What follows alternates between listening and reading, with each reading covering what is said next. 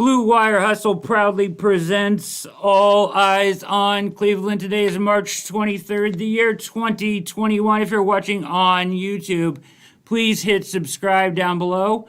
The podcast can be found where all popular podcasts are found. The Browns have absolutely been killing it. Andrew Berry in free agency, knocking it out of the park with John Johnson III, Troy Hill, Anthony Walker, Malik Jackson, of course, among others, re-signing Rashard Higgins, all good stuff from the Browns, loaded up on this defense to fix things. Tack McKinley is a little bit of a lottery ticket. Some people out there kind of maybe hyping that up a little bit too much, but I think that will be addressed either in free agency or early in the draft, something that we can get to here on the show. We've got a huge week at All Eyes on Cleveland for you this week. Tonight, special guest, host of the Colts Law podcast, Lawrence Owen, will join us momentarily to talk about one Anthony Walker, among other things in the NFL and free agency. And tomorrow night, do not miss it, 9 p.m. sharp. Be here for Browns offseason What is Next, as the one and only Jake Burns will join me to discuss what's next for the Browns. Do they make any more moves in free agency? What potentially could those targets be? And where do they turn their focus as far as the draft goes to continue to build this team up to contend for a Super Bowl title? We will talk about in this interview the NFL.com's top 10 power rankings. We will talk about Anthony Walker. We'll talk about some free agents that are still out there. And after that is over, we will come back and I have just a few thoughts for you. Then we'll get you up and out of here on tonight's All on Cleveland. Mikey's on the ones and twos. Mikey, are we ready for Lawrence? Is he prepared for this interview? Are we ready to go? Mikey, you are the man as always. And with that, let's transition to the interview.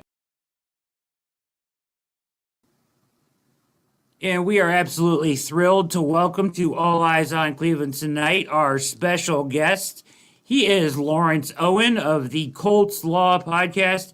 You can find his YouTube channel at Lawrence Owen on YouTube. Welcome to the show, Lawrence. How you doing tonight?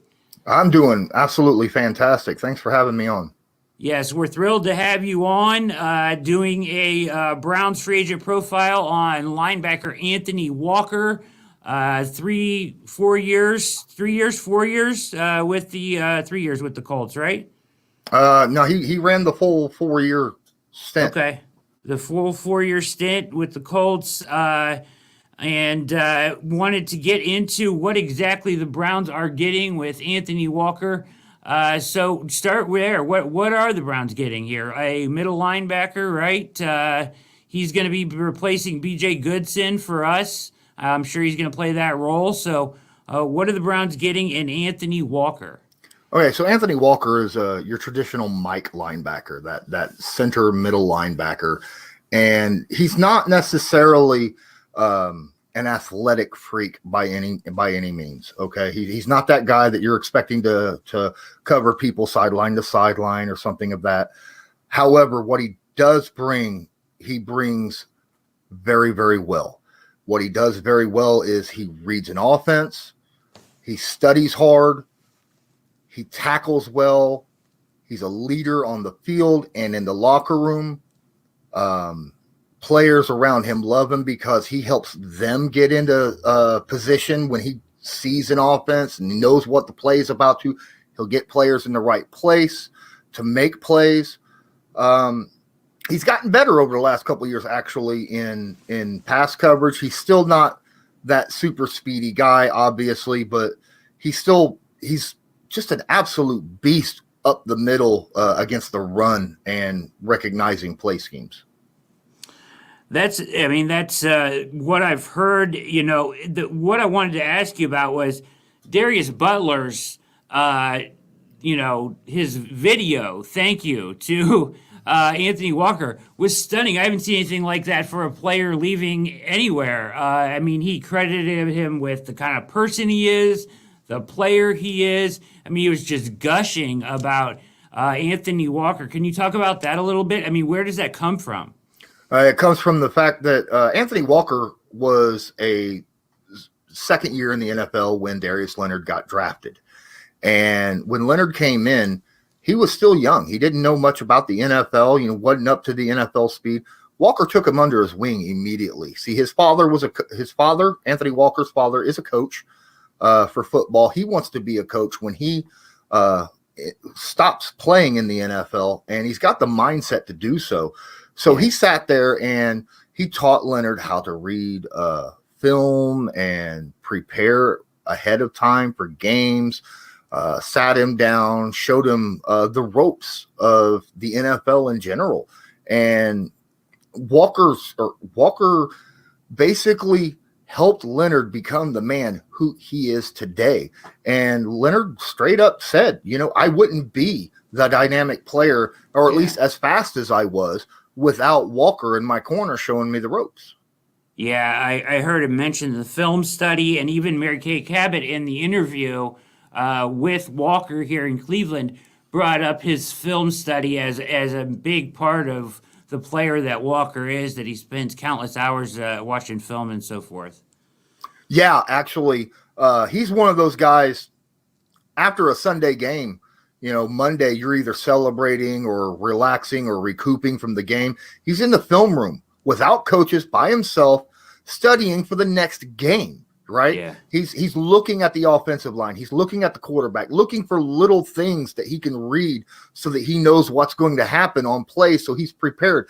He does this on his own, and then on Tuesday when he comes in, or Wednesday, whichever day it is at the team practice and meetings and stuff, walkthroughs, he'll come in with what he's found out, and he'll bring it to his fellow linebackers, show them everything, and then take it to his coaches and work with them on that as well. So yeah, he's a coach on the field and off the field.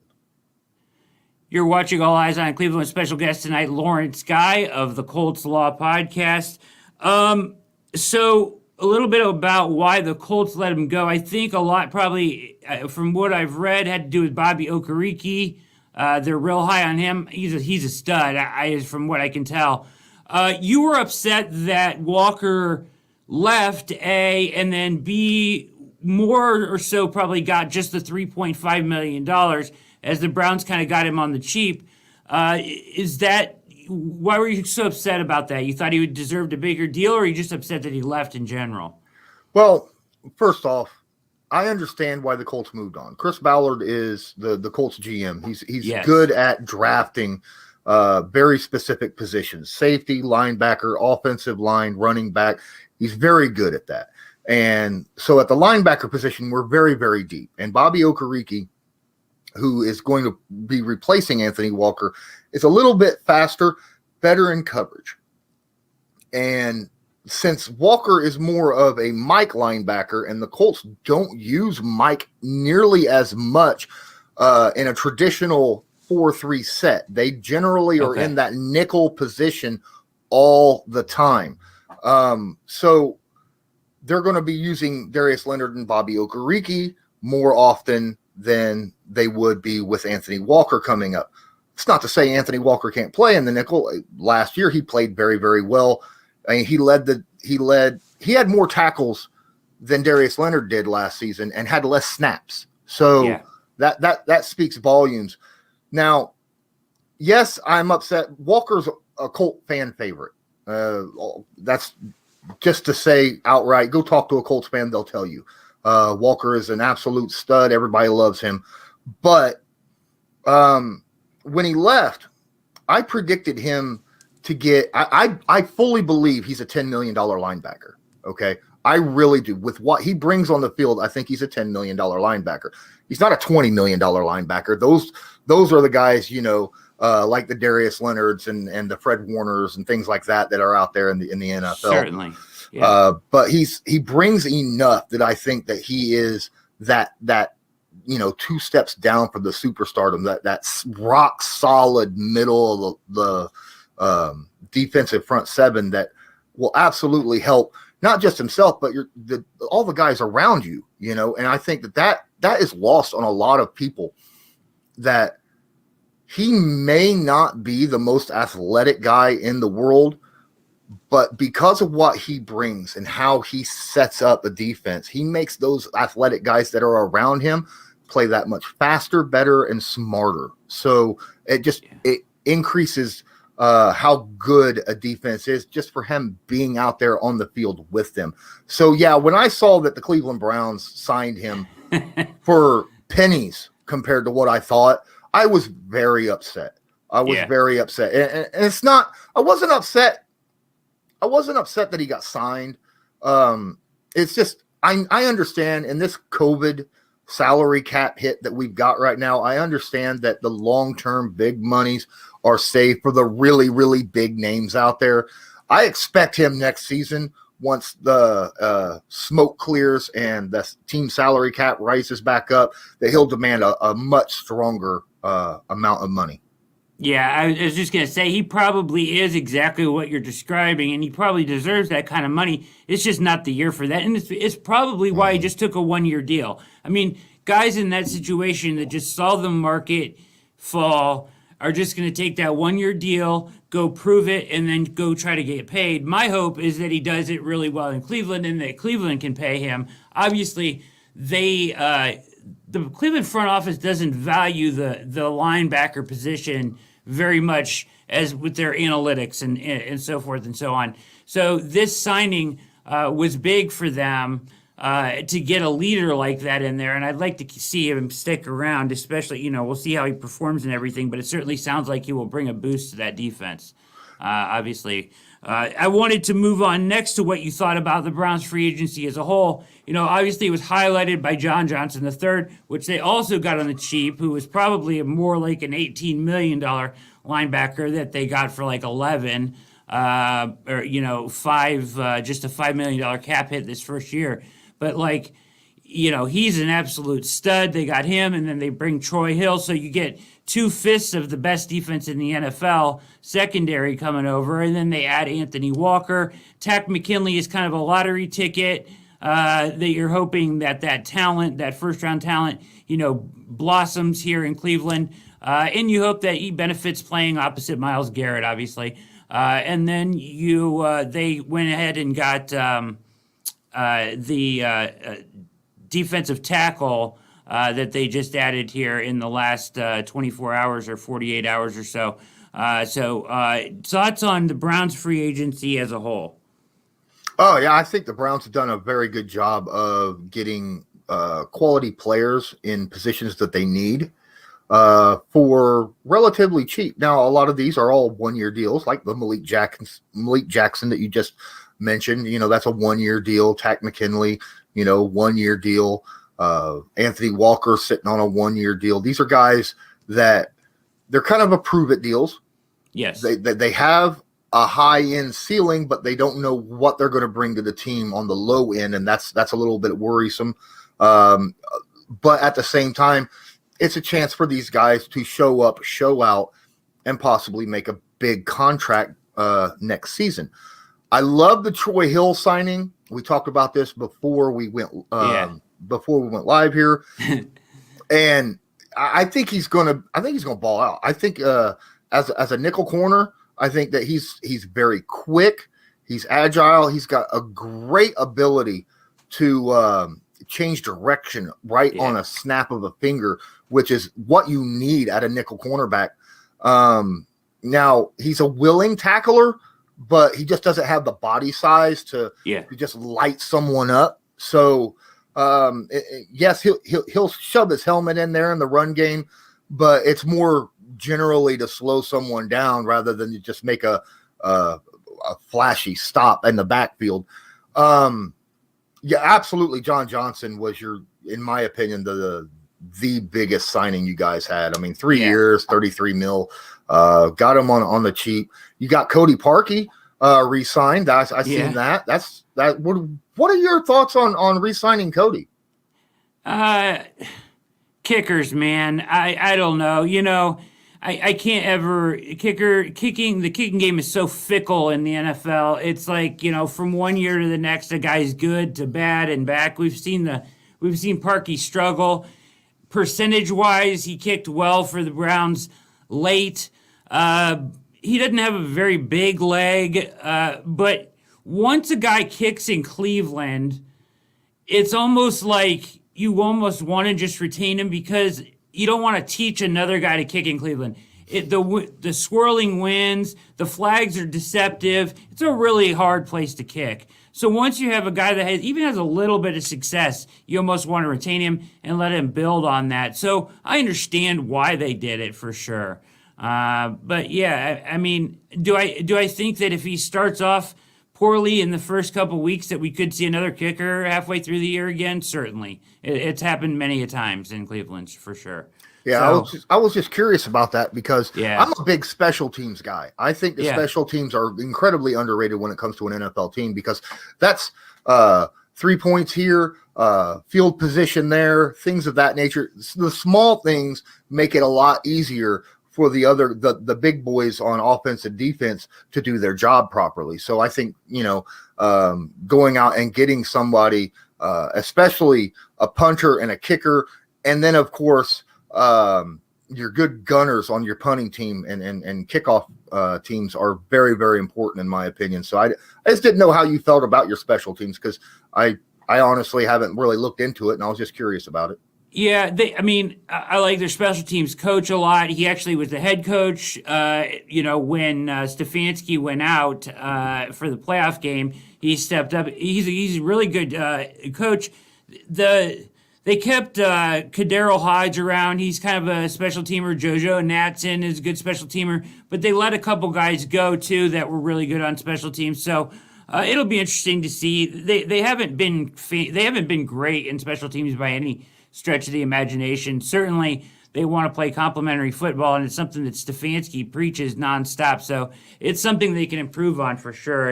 And you'd like to think a second year will go well there. You're listening to All Eyes on Cleveland. Special guest Lawrence Owen of the Colts Law Podcast. Go check it out. Probably where all popular podcasts are found. You can check it out on Sportscaster and on YouTube, of course, under Lawrence Owen.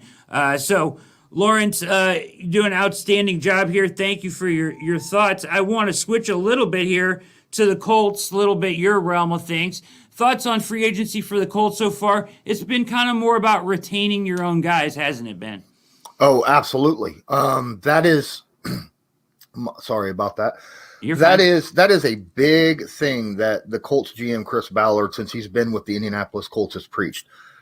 Draft well, sign your own guys. That way you don't have to rely on spending big money in free agency on getting someone that whether you don't know if they're going to play well for you or not.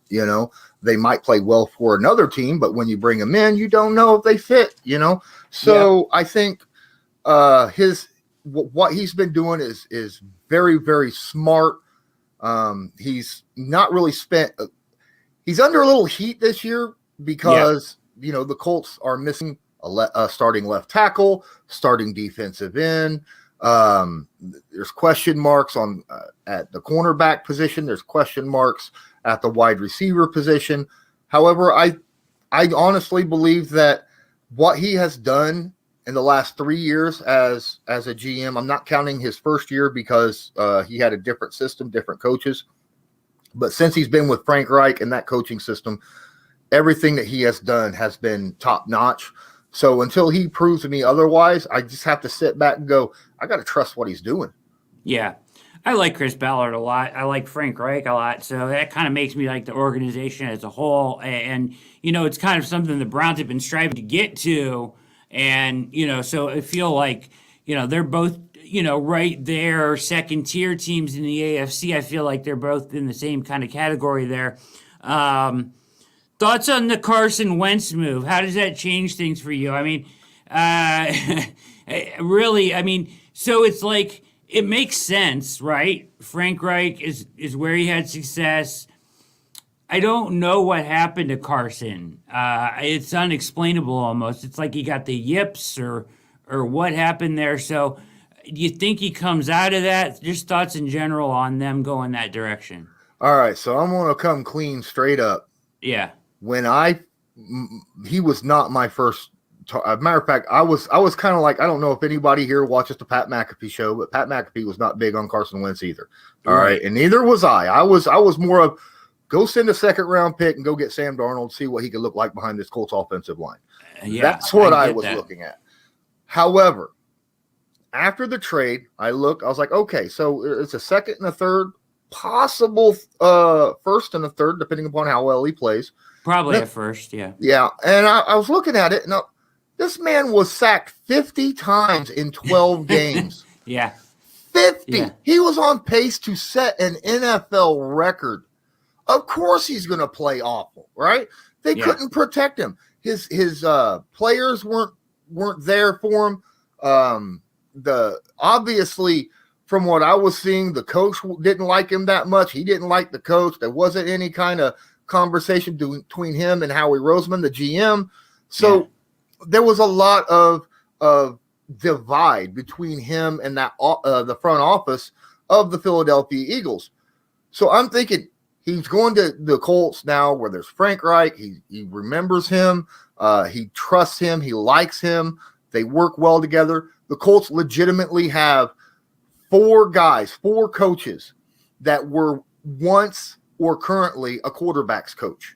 All right. So that's going to be huge. Frank Reich was a quarterback's coach and a quarterback.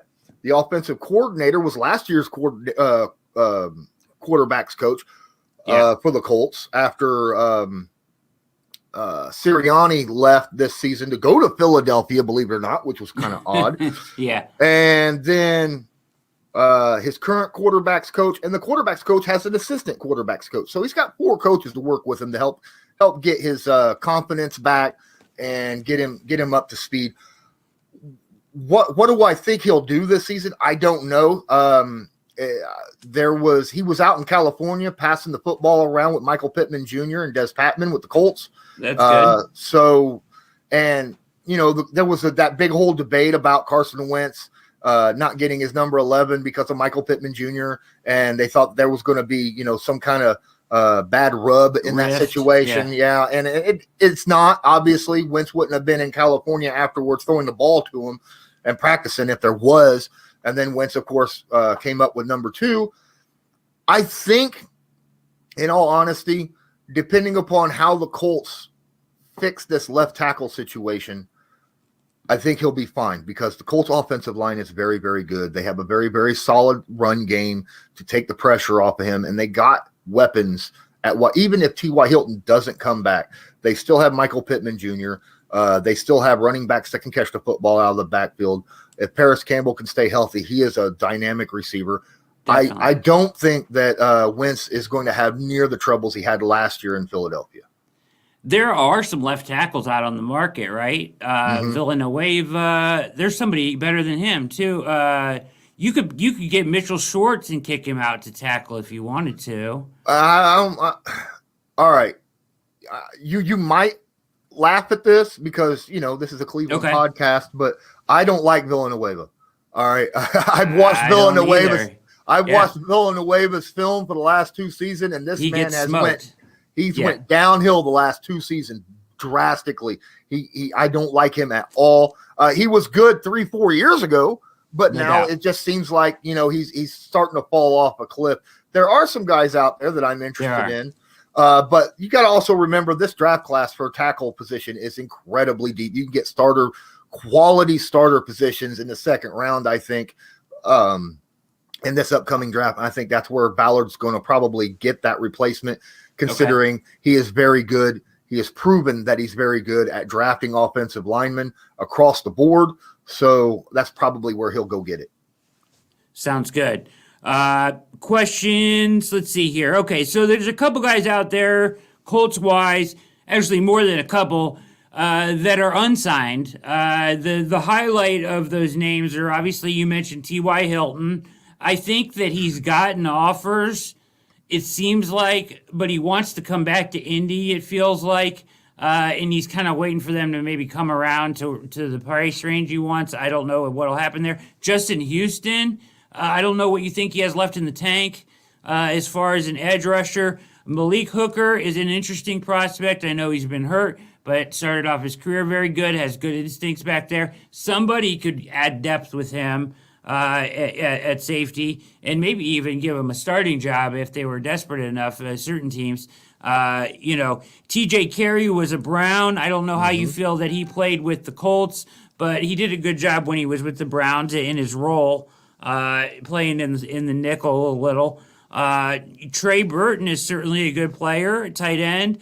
All these guys are still out there. Thoughts on any of those guys coming back to the Colts? I gave you thoughts on all of them if you want. Okay, yeah, fire away. Starting off with T.Y. Hilton, I don't know. I'm part of the hashtag Bring T.Y. Home on Twitter. It trended yesterday, number one. It only feels right. Like, it feels like he should retire a Colt, you know? Yeah, I believe so too. But, at the same time, he's coming near the end of his career, the last 3-4 years of his career. So he might be ring chasing.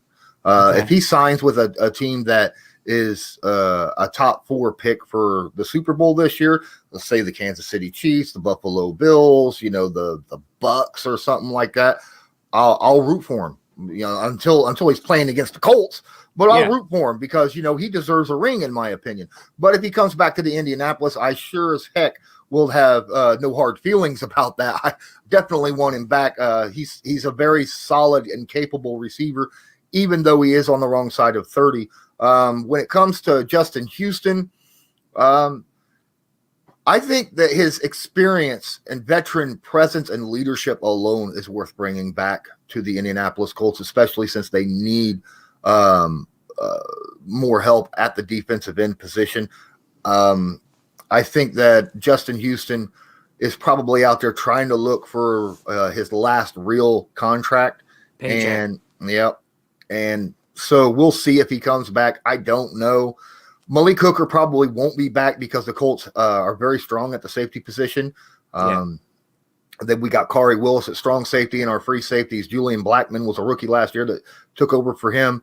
I think Malik Hooker, legitimately, if he could stay healthy, could be a dynamic safety in the NFL. I think he's visiting with the Cowboys, and that's a position that the Cowboys absolutely need. And that actually makes a lot of sense. Yeah, could be a very good signing out there. TJ Cary, I like TJ Cary. Heck, he had a pick 6 last year for the Colts. Had a few interceptions. Came in near the end of the year to replace Rock Ya-Sin because Rock was getting a lot of pass interference penalties because he's a very physical corner. TJ came in, played very, very well. I would not mind him coming in for depth because for sure. The Colts just re-signed Xavier Rhodes back to a 1-year deal. So that would basically be bringing back everybody that they had last year. Plus, we have a couple guys that were in the secondary that took the year off due to COVID. They'll be coming back, like Marvell Tell, who was a very solid secondary player as well. What was another one of those guys? I didn't think. Trey Burton. Yeah. I would like to move on from Trey Burton. Okay. Trey Burton, yes, he can. He's kind of like the other former tight end that the Colts had that went to Pittsburgh. He's Eric Ebron. Yeah. He can make dynamic plays in the pass game, but he has a problem with drops. Yeah. And he cannot block for crap. And if I want a tight end, I get it. You want a tight end everybody would love to have tight ends the way Cleveland has tight ends. Okay, I'm not going to lie. Yeah. You don't have any idea how many times we've heard trade rumors for Cleveland tight ends. Right. But I'm okay with the way the Colts have their tight ends. Mo Alley Cox is a very underrated tight end as well.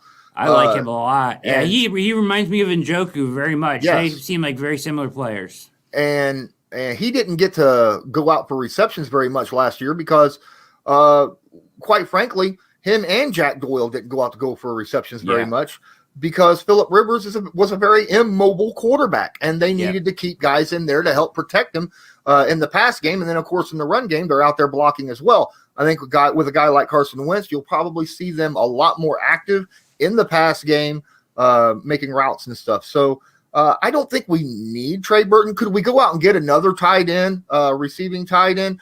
Sure. I would have no problem. There's been rumors about Zach Ertz. If Zach Ertz, I was just gonna say that Ertz makes so much sense, right? yeah, I mean, him and Carson has a good had a good thing going on in Philadelphia, and if he comes to the Colts the only thing I don't like is I would want that contract renegotiated. I don't want the Colts to pay $7-8 million for a guy that's like 33 years old, that had a really bad season last year. So yeah. I wouldn't mind having him, but I'd want that contract renegotiated. For sure. There's some rumors out there right now. Sammy Watkins has been linked to the Colts. Thoughts on Sammy? Sammy's coming in for a visit tomorrow. Yeah. I'm not real high on Sammy. What are your thoughts on him? He's not a number one. All right. No. That's just straight facts. But if you have a number one and you need someone that can take a top off a defense to help your tight ends and your other number one get open, Sammy's that guy. He's that guy that will force a team to drop a safety back in order to, open up the field for the other guys. I think Michael Pittman Jr. can definitely take that number one wide receiver position for the Indianapolis Colts. If T.Y. Hilton is re-signed, I don't think we'll need Sammy Watkins nearly as much. But if he's not, I think the Sammy Watkins signing would make sense for the Colts. Yeah, I think so too. I mean, you got to fill that void somewhere. You just hope he stays healthy. If he's healthy, he can do a lot of damage. But he just misses so many games, right? Yeah, it's kind of like Paris Campbell. The 2 years that he's been with the Indianapolis Colts, he's been injured, and when he's healthy, he's incredibly dynamic and super fast. Yeah, can do all kinds of stuff. So if you sign Sammy Watkins on a cheap deal, that's fine by me, because that's kind of counteracting. You got two guys that have issues with injuries. Maybe one can stay healthy compared to the other, and it could work out. Okay. All right. As long as it don't cost too much. Yeah, exactly. I don't think it will. So here's where we're at. Okay, let me wind things down here. I want to do a little exercise with you. I checked out on NFL Network, or not NFL Network, pardon me, NFL.com, Lawrence, the power rankings, NFL.com's power rankings. So there's a bunch out there right now. Post-free agency power rankings, okay? I want to get your thoughts on some of these, because I have some feelings on some of them as well. Let's see where you're at. Give me your top four and see if they line up with NFL Network or NFL.com. Over the entire NFL? Yeah, entire NFL power rankings post-free agency.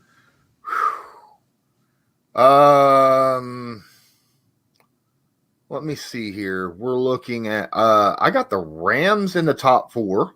Okay. I've got Tampa in the top four. I think those are the top two teams in the NFC right now. Okay. I think in the AFC, I'm still going to go with the Bills and the Chiefs. Okay. Very close. So they go Tampa number one. Okay. I can live with that. They returned everybody, right? They're running it back.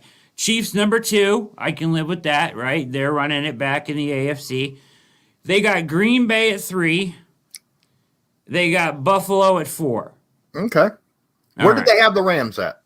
Do you know? The Rams are, yes, I do. The Rams are at 9. See, I think the Rams with Stafford. I think that Stafford trade with the Rams, I think that pushes them way over the top. People, okay. I am so high on Matt Stafford, and I think he is way better than Jared Goff, especially for that offense. So, they had the number one defense in the NFL last year. Yes, they lost a couple players off that defense, but they've still got studs everywhere. They do. And then they've got good receivers. They got a good run game. They needed a quarterback. And Matt Stafford, I'm seriously, I think that they'll probably take the NFC West next year. Yeah, I'm high on them too, just because of McVay and giving him Stafford. I think that they do a lot. I already like them as a team just because of the way they play defense. I'm a big fan of the Rams as well. I think they're better than ranked here. Last week we had the Believe in Rams host. It's Isaac Bruce and Doc Holliday, who was a running back for them back with Isaac Bruce. And Doc Holliday came on the show last week to talk about John Johnson III, and I was pounding the table for Troy Hill, and then they signed him the next day, so it worked out perfectly. But it was cool. So Awesome guest.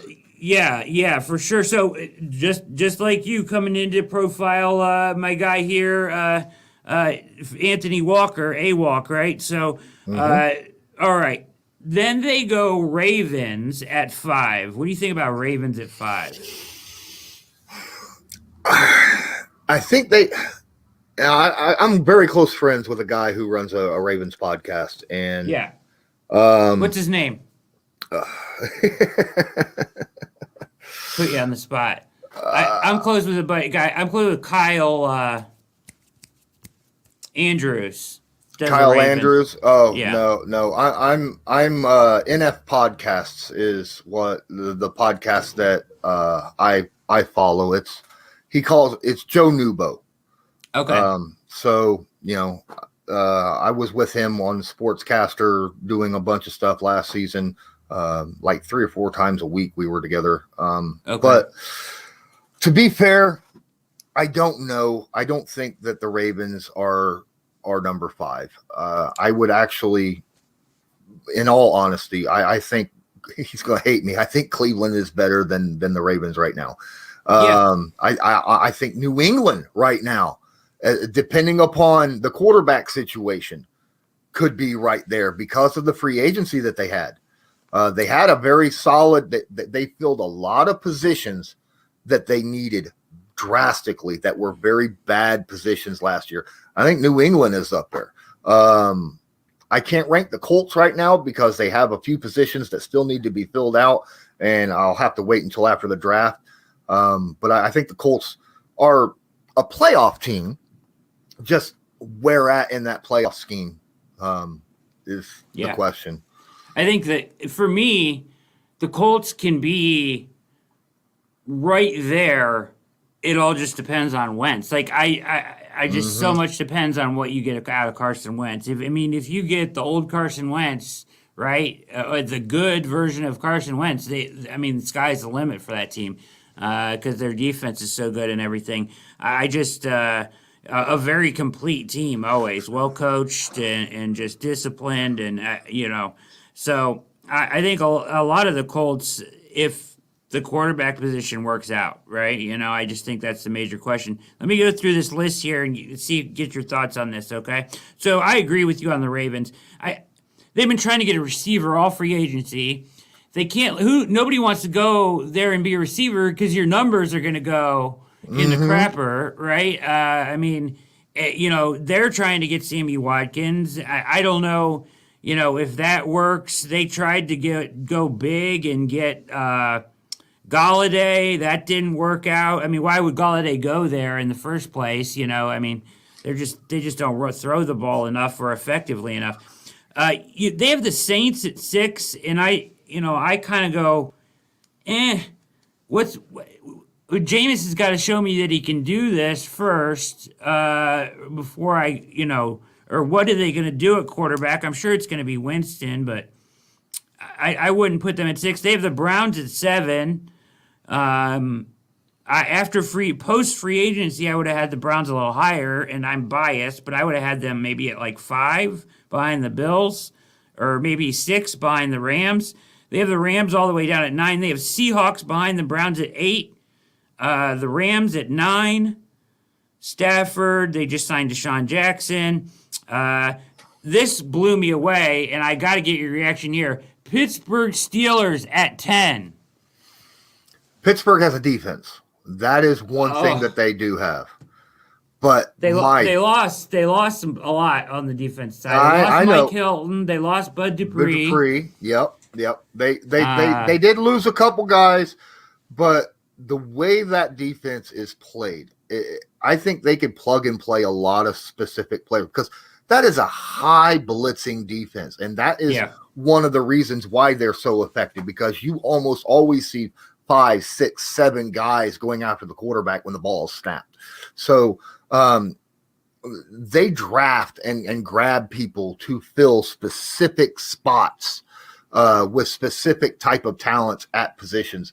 I don't know if Bud Dupree is going to be as effective on this new team as what he was with the Steelers. Not just for having T.J. Watt on the opposite side, but because how often they did use the blitz a lot.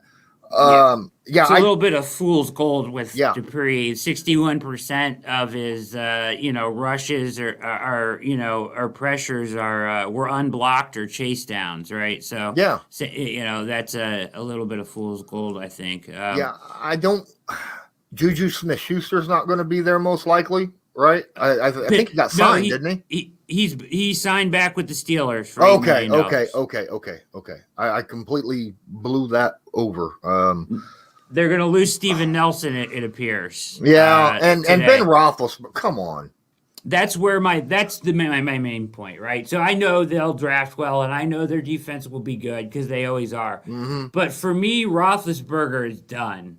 The Browns beat him twice in a row to get in the playoffs and then in the playoffs. And Roethlisberger has owned them for 17 years of his life. I'm glad he's coming back. I'm like, we got to get 2 more shots on him on the way out, right? Like, we owe him that. So, but still, I wouldn't be able to put him at 10 with him at quarterback, I guess. I don't know. I don't think so either. They had a great season last year, and that was because Roethlisberger was getting rid of the ball so fast that no one could even, get anywhere near him. But I guess, that offense. That was the issue. It was like snap the ball, throw the football, right? Yeah. The offensive line was not good enough to protect him for deep shots. If teams realize this and start playing a lot more man press and blitzing on Ben Roethlisberger next year, you're going to see Ben Roethlisberger out of the games. Yeah, you're going to have a lot of issues with him, I think. And he's not the same Ben Roethlisberger that could stand in the pocket and shrug a tackle off like he could, 5-6 years ago. Yeah, I mean, in his prime, it was magical, right? He would just throw guys off of him. Yeah. They have the Titans at 11. Okay. 49ers at 12. They signed Trent Williams, big signing there, on a ass load of money to Trent Williams, just a huge deal. $23 million a year. Holy crap. Right. Yeah. I mean, and it's really like a 3-year deal with the guaranteed money. But, all these deals are inflated to hell. Void years, it's crazy. Like the Taysom Hill deal. The Taysom Hill deal, right? Totally bogus. It's crazy. There's no new money in that deal. So they announced it as a 4-year, 140 or whatever they did about deal. There's no new money in the deal. It's just a restructured contract with a bunch of accelerators that'll never hit on the end of it. They actually saved like $6 million in cap room on that deal. Ridiculous, like total bogus nonsense out there. A lot of teams with I don't know why they do that, but I guess I don't know to manipulate the market, but it doesn't really work. But either way, so then we get to your Colts at 13. What are your thoughts about them at 13? It's fair right now because of the simple fact that you don't know who your left tackle is. You don't know how Carson Wentz is going to play. And right now, the number 1 pass rusher for the Colts is up in the air. So I see that as fair. We'll see how that looks after the draft, though. Yeah, I would have them above the Steelers. I would have them above. I don't know where the Seahawks are. What's going on with the Seahawks? I might have them above the Seahawks. I think the Seahawks are too high at 8. Yeah, I think so too. Only for the simple fact they can't stop the run for nothing. Yeah, and their offensive line. There's a reason. Yeah, Russell Wilson wants out. Right? Seriously. Yeah, you said it, man. So yeah, I would have the Colts higher than them for sure. But yeah, I mean, certainly think that, a lot of it just depends on Wentz. Yeah. And I think they'll address the left tackle, like you said, probably, Ballard is a really good GM. We had John Dorsey here, and those guys are best friends. And, I know Ballard appears to be a very, very smart guy. So they have the Chargers at 14, and then the Dolphins at 15, and that's as far as I went. So no New England in the top 15. Thoughts on that? I think that they're underselling what Bill Belichick has done this offseason dramatically. I think it has a lot to do with the quarterback situation with Cam Newton. Right. I think a lot of that Cam Newton issue had to do with the fact that he hadn't played for 2 years, didn't have any kind of ability to really practice with the team, because of the COVID situation, new team. And plus, unlike a lot of these guys that went to new teams, he didn't even play for 2 years prior to that as well. So obviously there was a lot of issues with Cam. I think that this season, as long as there's training camps and preseasons and stuff like that, I think Cam will get in the swing of things. But don't. Here's the deal about New England. I honestly believe Bill Belichick is going to trade up and grab a quarterback in this draft. You think? I think that he's definitely, because of all the players that he signed, and Cam is on an incentive-laden deal. Yep. And it's only 1 year incentive-laden. I think Belichick is going to trade up, and he's going to have Cam and that drafted quarterback fight for that starting quarterback position. Yeah, that's another one of those deals where they said 1 year, $14 million, and it's really like four to start with incentives. And some of them are like Super Bowl MVP is like one of the incentives. So like, come on now. Right. I don't really know if he's going to get that one. I think they're going to go. They're zigging when everybody else is zagging, right? It appears that they're going to go old school, 2 tight end, 12, 13 personnel, and run the ball with Cam Newton. And he's on a 1 year deal. So if he gets banged up, they may be using him for his legs more than his arm, I think, a little bit. They'll definitely be a run-first team, but the fact that they are a run-first, they were a good running team last year, with or without Damian Cam. Harris, right? Yeah. And Sony Michel, who is basically like the power back, even though he's built the same as Damian Harris, their run styles are completely different, right? But yeah, I think that both those. I think the Patriots are going to be a run-first team, but they got weapons now. Granted, they did have one good receiver last year, but a lot of people don't know about him. The receiver core was terrible. But I did actually a film room breakdown on a lot of the Patriots actually. And I'm trying to get into their depth chart right now because you're talking about his name is escaping me, but he has he got the most separation of anybody in the NFL. Or he was Jacoby Myers. Is actually, in my opinion, the best receiver on that team. And I think he's going to have a breakout season this year, especially with the fact that they got Jonnu Smith and Hunter Henry there to cover the middle. So, this is a dangerous team if they could fix that quarterback position. Weird deal to Nelson Aguilar. He had a good year, but that was one of the stranger ones. But, man, they went crazy. Normally, though, Lawrence, and, we'll get out of here kind of on this and kind of wrap things up here, but normally with the free agency, the teams that spend the most tend to not be the teams that do very well. However, Bill Belichick is different, I think. Well, he's never done this before. Well, think about last year. That was a complete opposite to what we think about, the free agency winners. Tampa Bay was the free agency winners last year, blowing a bunch of money and picking up free agents left and right. Guess what? They won the Super Bowl. And Bill Belichick, he's using free agency to fill spots that he needs. He's not going out there and going, I'm just signing big names. He's filling spots that he needs, that he uses a lot on his roster. So I got to give the man the benefit of the doubt. Over the last 20 plus years, Bill Belichick's known how to put a team together. Yeah, for sure. And spent more this year than he did like in all 20 years combined. Well, last year he didn't have the money. He had like $1 million in cap space. So he couldn't do that. So this year he had the money and he's doing it. Yep, he went out and got the guys that he wanted. So that should be interesting. I think a lot of that may have, underneath it all, may have had to do a little bit with Tom Brady winning the Super Bowl there. Time to recharge and take a run at it. No rebuild there, as far as he's concerned. So they went out and spent a lot of money. We are very optimistic as Browns fans. At least I am. I feel like John Johnson III, and between him and Anthony Walker, you got two guys that are like 25, 26-year-old that are leaders now. So like on a super young team, the Browns are extremely young. Mm-hmm. And talented with cornerstones like Garrett and Denzel Ward, and then you add, and Delpit coming back from injury and everything in the safety room.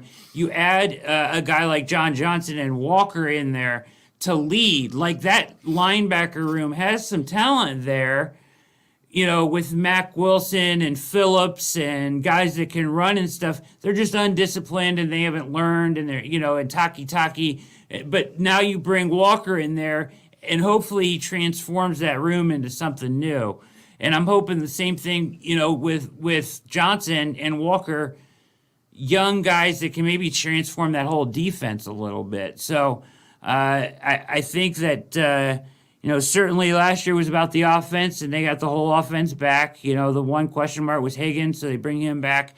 I think the offense is good. And I think another year under Stefanski, I have a lot of confidence in his play calling and his, what they got going on over there with a run pass combination. And I just feel good about the Browns. I feel like on this list, they would be up there at 6 or 5 right now going into the draft. I think priority wise, they need to go get a long-term solution at the opposite defensive end of Garrett. Thoughts on that? Yeah, I like the way Oliver Vernon, I liked how he played last year, especially against the Colts. But then again, the Colts, the Colts left tackle was out, Anthony Costanzo, during that game, and Garrett and Vernon just took over that end. It was ugly, so I couldn't really get a lot into that situation and know how much of it was it them and how much was because our backups were that bad. Replacement, but no, I don't know about how is Tack and them going to do, right? That's the question. That's the big question. I definitely Garrett is going to take all the double teams when it comes to, worried about where that pressure is going to come from, because that man is just a beast. In my opinion, he's a top 4 pass rusher in the NFL, and teams have to really game plan around him. Yeah. So if you could get somebody that could take advantage of that on the other side of the line, then I think then your defense could be take massive strides this year. Do you think they should kick the tires on, like they were really in on the guys that are on the market right now? Who his name's escaping me. Who's the edges that are left on the market? There's 2 big names. Hold on, it's all right. I'll bring it up here, but he played for the Titans last year and struggled. Clowney. Jadeveon Clowney is out there. Yes. Clowney's out there. The Browns were in on him for like $17 million, and he went to the Titans anyways. They were in on those sweepstakes, kind of like Watt this year. I don't know if he's worth it, or even a guy like Carlos Dunlap, I think would be a really good fit at this point, opposite him. I think they should kick the tires on him. He kind of had a resurgence in Seattle last year and provided a lot of their pressure. So somebody to look at there, I think. So they may not be done in free agency. I don't know. They have to finagle some cap room for that, but the cap is certainly being finagled by everyone right now. So I think that my dream would be Azeez Ojulari out of Georgia at 26. Hopefully he'd be sitting right there for a perfect draft pick, but we'll see what happens in the draft. Draft will be fun though. I'm hoping Jalen Phillips falls to 21 for the Colts personally, but there you go. Hey, we both need an edge there in the draft, so that would be nice. Hey, you know what? Everybody listening, All Eyes on Cleveland, make sure you go to the Colts Law podcast and pay attention to everything that Lawrence is doing. Great job on the show tonight, Lawrence. You killed it, and we appreciate your time. Lawrence Owen, host of the Colts Law podcast. Thank you for your time, sir. Hey, I appreciate you having me on, man. Anytime you need someone to talk, maybe, later on next season, maybe I can come back, or maybe I could have you on mine. Yeah, or maybe post-draft. We might do we'll do a post-draft power rankings evaluation, me and you. How about that? That sounds like an idea. All right, sir. You're a gentleman and a scholar, and we appreciate you very much. Appreciate you having me on.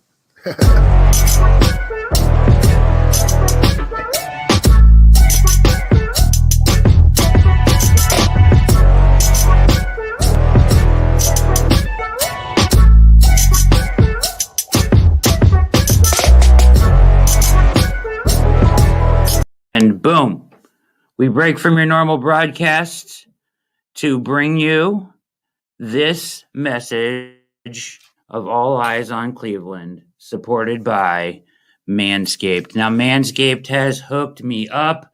They hooked Mikey up. I got the t-shirt going. Manscaped, your balls. Well, thank you. I hear a pair of high-performance boxer briefs as well, which are truly amazing.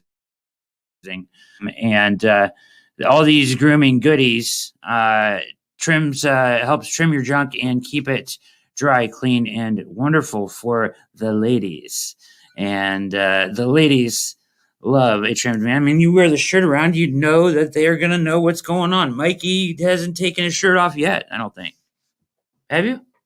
Yeah. The ball deodorant is a absolute incredible idea. I mean, for years and years, deodorant on our armpits and our balls. Why not? They should be putting deodorant on your balls. Should have been doing this since the beginning of time.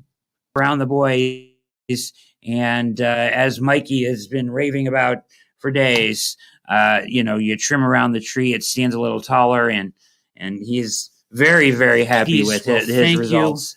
Your balls. Well, thank you. Manscaped has the best trimmer in the business, Lawn Mower 3.0, third-generation trimmer, cutting-edge ceramic blade to reduce grooming accidents thanks to their advanced skin-safe technology. And 2 free gifts. A pair of high-performance Manscaped boxer briefs. Amazing. I mean, seriously, these boxer briefs are tremendous. Unbelievable. Best pair of boxers I own. Immediately when I put them in my dresser. Sure. Manscaped, refining the gentleman. Get 20% off free shipping when you use the promo code EYES, EYEZ, at manscaped.com. Now,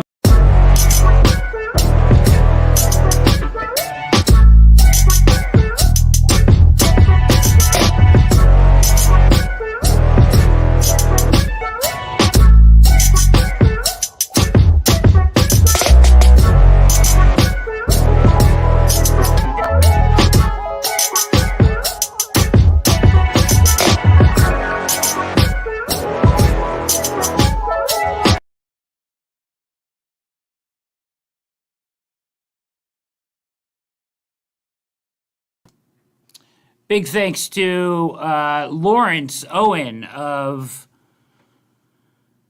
the Colts Law podcast and the Colts Law YouTube channel. Go check that out. Quickly here, before we get you up and out of here, just a reminder, tomorrow night, 9 p.m.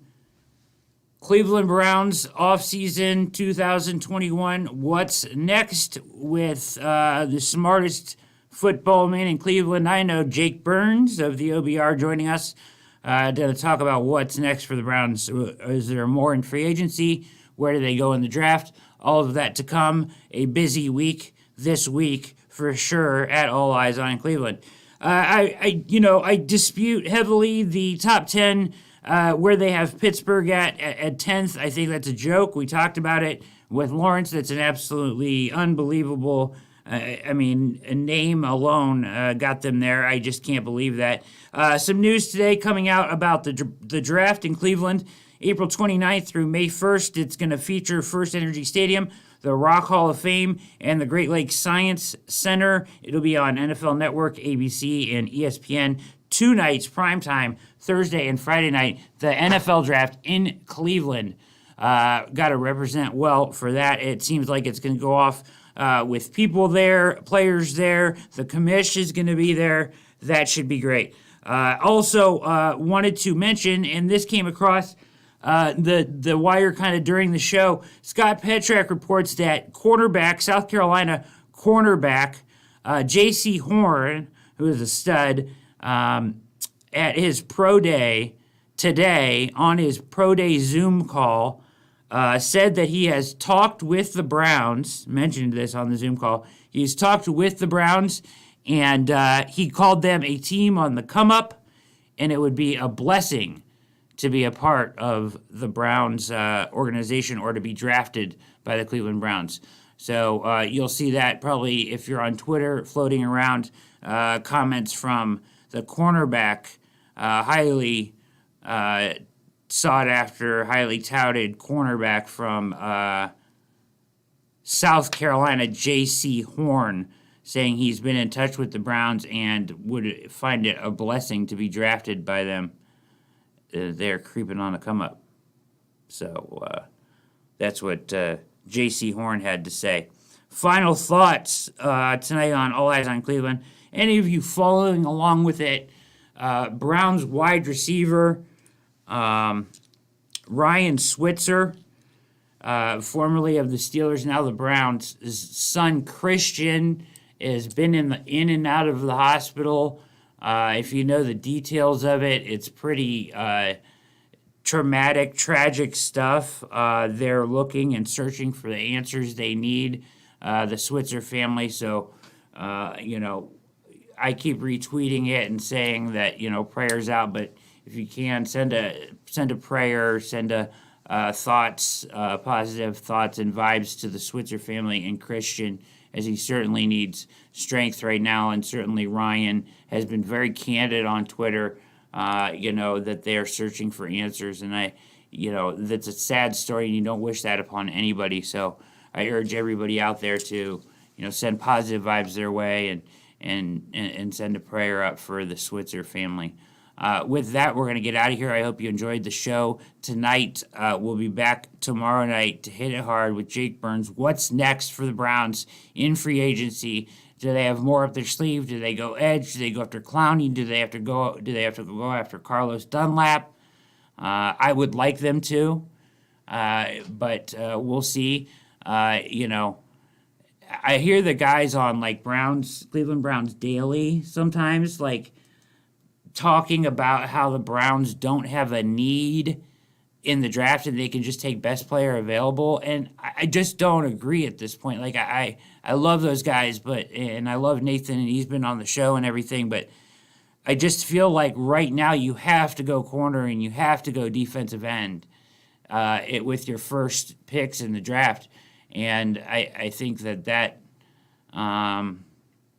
takes precedent over everything else. I mean, you have Takk McKinley is not your long-term solution, and you don't even know if he's can be a short-term solution. Of course, they have Curtis Weaver. We don't know what's going to happen there, but certainly something that they need to address in the draft in day one or day two, preferably at 26, I would think. And I want Azeez Ojulari or Joseph Asai. I know Asai needs to put on 20 pounds, but Ojulari obviously is going to be a stud. Jake Burns tomorrow night. We'll talk it all out. What's next? Free agency, cap room left. We're going to give you that breakdown. And we're going to talk about the draft, what the Browns need to do, team building wise, offseason 2021. Moving forward, big thanks to Lawrence Owen tonight on breaking down the profile on Anthony Walker, our new middle linebacker. This has been another edition of All Eyes on Cleveland. Big thanks to Mikey on the ones and twos. My name is Brad Ward, and with that, we are out.